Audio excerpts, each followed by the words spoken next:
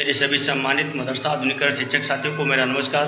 मैं पंकज मिश्रा, मदरसा आधुनिक शिक्षक। दोस्तों, जैसा कि आप जानते हैं कि मदरसा आधुनिकरण शिक्षकों की समस्या के समाधान के लिए एकता टीम के प्रदेश अध्यक्ष अशरफ अली और सिकंदर बाबा इस समय लखनऊ के इको गार्डन पार्क में संघर्ष कर रहे हैं। दोस्तों, उनका साथ देना मेरा कर्तव्य बनता है और मैं आप लोगों के सामने आज इसलिए आया हूँ कि आप लोग जल्दी से जल्दी अपनी तैयारी बनाएँ और लखनऊ हम लोग बहुत जल्द पहुँचने वाले हैं। आप लोगों से मैं बताना चाहता हूँ कि जो 11 तारीख को एडेड मदरसा वालों ने कैबिनेट मंत्री श्री ओपी राजभर जी का कार्यक्रम लिया है, वो एक राजनीतिक तरीके से उन लोगों ने लिया है, क्योंकि हमेशा से एडेड मदरसा वालों ने हम लोगों के साथ विश्वासघात किया है और इस बार भी वही करने का वो लोग प्रयास कर रहे हैं। भीड़ हम लोगों की दिखाना चाहते हैं और फ़ायदा अपना लेना चाहते हैं। तो इसलिए आप लोगों से निवेदन है कि धरने में आप लोग आएँ और इस धरने को सफल बनाएं, अपने खोए हुए सम्मान के लिए लड़ें, अपने बीवी बच्चों के लिए लड़ें, अपने समाज के लिए लड़ें और अपने लिए लड़ें। सिकंदर बाबा अकेला कुछ नहीं कर सकता है, अकेला बैठा रह सकता है ज़रूर से, क्योंकि उसके अंदर वो क्षमता है कि वो अकेले संघर्ष करने का उसने मन बना लिया है कि अगर कोई नहीं आएगा तो भी मैं अकेले ही संघर्ष करूँगा। लेकिन आप लोगों से मेरी दरख्वास्त है, आप लोगों से मेरा निवेदन है कि आप लोग अपनी तैयारी बनाएं। जिसके पास किराए भाड़े का इंतजाम ना हो वो अपने आस पड़ोस से कैसा भी करके जिस तरह से वो अपना खर्चा चलाते हैं उस तरह से आप एक मरीज़ देखने के बहाने आप लखनऊ चले आएँ, क्योंकि इस समय आप लोगों की बहुत सख्त ज़रूरत है। और मैं शाम वाली वीडियो में बाकायदा पूरा नाम सहित आप लोगों को मैं संबोधित करूंगा और उसमें आप लोगों से निवेदन भी करूंगा, क्योंकि मैंने कुछ लोगों की लिस्ट बनाई है। सब लोगों की लिस्ट बनाना संभव नहीं है मेरे भाई, लेकिन कुछ लोगों का मैंने लिस्ट बनाया है और उसमें आपकी सहभागिता बहुत ज़रूरी है। अब नहीं तो कभी नहीं, क्योंकि इस समय जब से सिकंदर बाबा ने धरना लगाया है तब से तरह तरह के कयास लगाए जा रहे हैं। मैं किसी का नाम नहीं ले रहा हूँ, न मैं किसी का विरोध कर रहा हूँ। दोस्तों, मैं किसी का विरोधी नहीं हूँ, लेकिन अपनी योजना के प्रति मैं कट्टर हूँ, क्योंकि जो भी मेरे योजना के बीच में अड़ंगा डालने का प्रयास करेगा मैं उसका विरोध करूँगा, चाहे वो मेरा कितना ही सगा क्यों ना हो। इसलिए आप लोगों से मेरा निवेदन है कि आप लोग वहाँ ज़रूर पहुँचें, क्योंकि आप लोगों के संघर्षों के लिए सिकंदर बाबा वहाँ बैठे हुए हैं, आपके सम्मान के लिए बैठे हुए हैं। और आप ही अगर नहीं आएंगे तो सिकंदर बाबा का हौसला भी टूटेगा।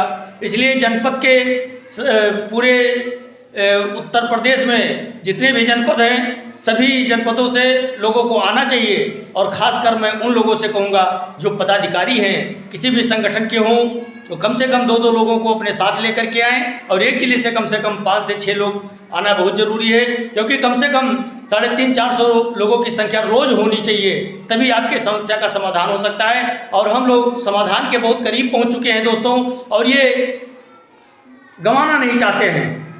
ये मौका जो आया है इसको हम लोग गंवाना नहीं चाहते, इसलिए आप लोगों से बार बार निवेदन करते हैं।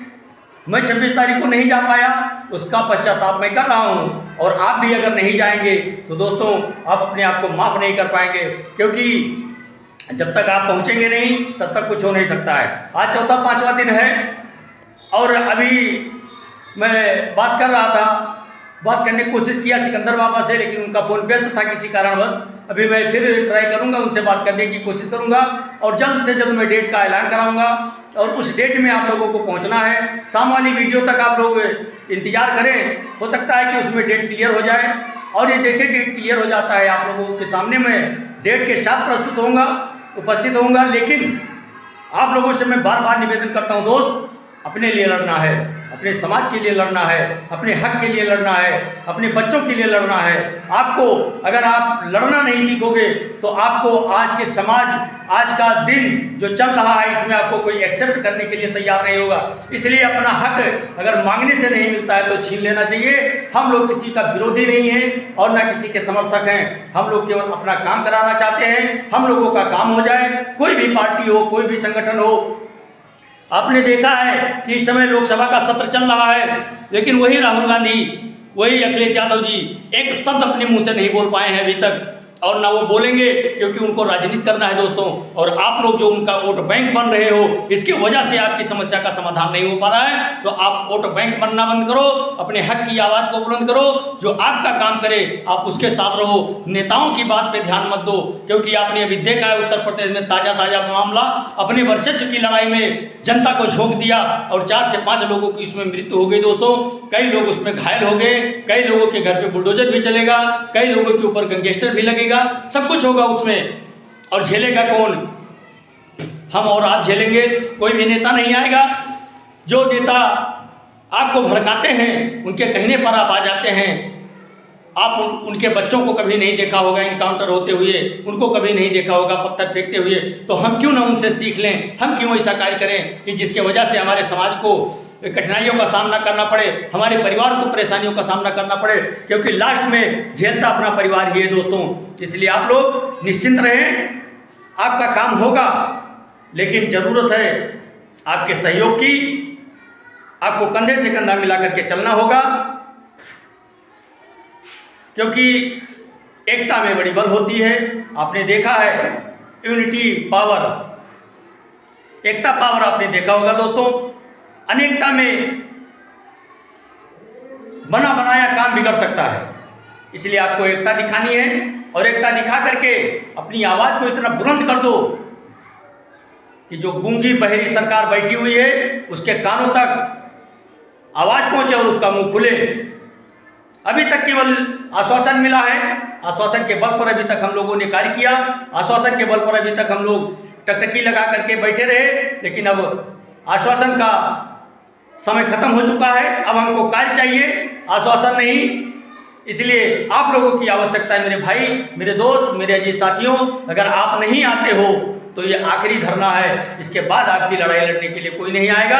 और यही लोग चाहते हैं कि इसके बाद कोई धरना प्रदर्शन ना हो, हम लोग शिक्षकों का शोषण करें। तो हम ये चाहते हैं कि आप लोगों का शोषण ना हो, क्योंकि अभी तक बहुत शोषण हो चुका है और आप शोषण के शिकार हुए हैं। लेकिन अब कहें किससे? आपसे केवल कह सकते हैं, आपसे निवेदन कर सकते हैं, बाकी मैं आदेश देने लायक तो नहीं हूँ, केवल आपसे निवेदन कर सकता हूँ। और मेरे निवेदन को आप स्वीकार करेंगे ये भी मैं जानता हूँ। आज हमारे एक शिक्षक साथी ने कमेंट किया, जो मैं शुरू में कहता हूँ, मेरे सम्मानित मदरसा आधुनिकीकरण शिक्षक साथियों, उन्होंने कहा मेरे अपमानित शिक्षक साथियों। तो दोस्त, इन शब्दों से आप परहेज करें, क्योंकि शिक्षकों का बड़ा सम्मान होता है और आप भी एक शिक्षक हैं। अगर आप ऐसी भाषा का प्रयोग करेंगे तो कहीं ना कहीं समाज में इसका अर्थ कुछ दूसरा निकलेगा।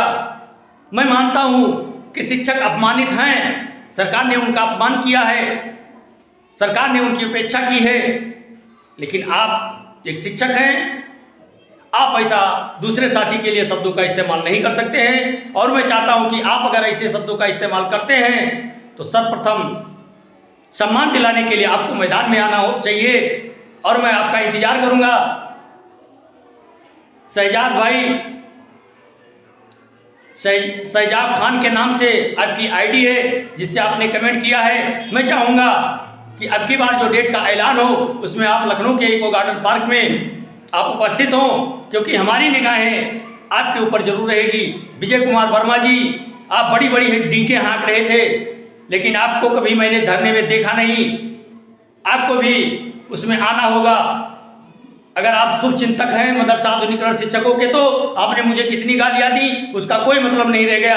आप केवल धरने में आ जाएं तो मैं जानूंगा कि आप मदरसा आधुनिकीकरण शिक्षकों के समर्थक हैं। लेकिन अगर आपने दोबारा कमेंट किया और धरने में नहीं आए तो फिर आपकी बखिया बहुत ढंग से उधेड़ी जाएगी। ये पंकज मिश्रा का वादा है, इतना आप जान लीजिएगा। दोस्तों, आप शाम की वीडियो में पूरी डिटेल के साथ मैं आपके सामने उपस्थित होऊंगा।